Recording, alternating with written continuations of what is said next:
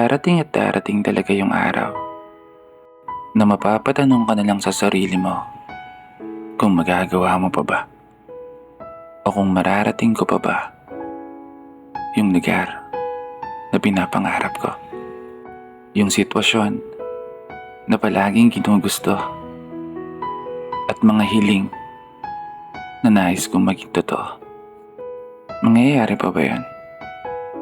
O mistulang pangarap na lang na sa pagakbang ng mga paa ay kaakibat ang pakiramdam ng isang taong napag-iiwanan. Mapapagod pero hindi susuko. Yan na lang yung mga salitang nagpapalakas sa akin. Mga salitang pinapaalala ko sa sarili sa tuwing ang mga plano ay salungat sa kasalukuyang nangyayari. Mga gabi na tila ba hindi ko mawari kung may patutunguhan pa ba ang mga baka sakali. Mga pangakong minsan na ring nabali dulot ng mga pagkakamali sa minsang mga desisyon na aking pinili. Nangangarap lang ako, sumusugal lang ako, at umaasang sa mahigpit na pagkapit sa tali ay sa pag-angat ay may magandang buhay na masisilip.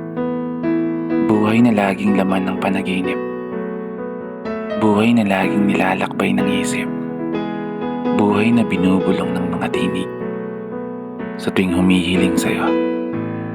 Buhay na pinapangarap ko para sa sarili at para sa mga mahal ko sa buhay. Sila ang dahilan kung ba't gusto kong manalo at gusto kong magtagumpay.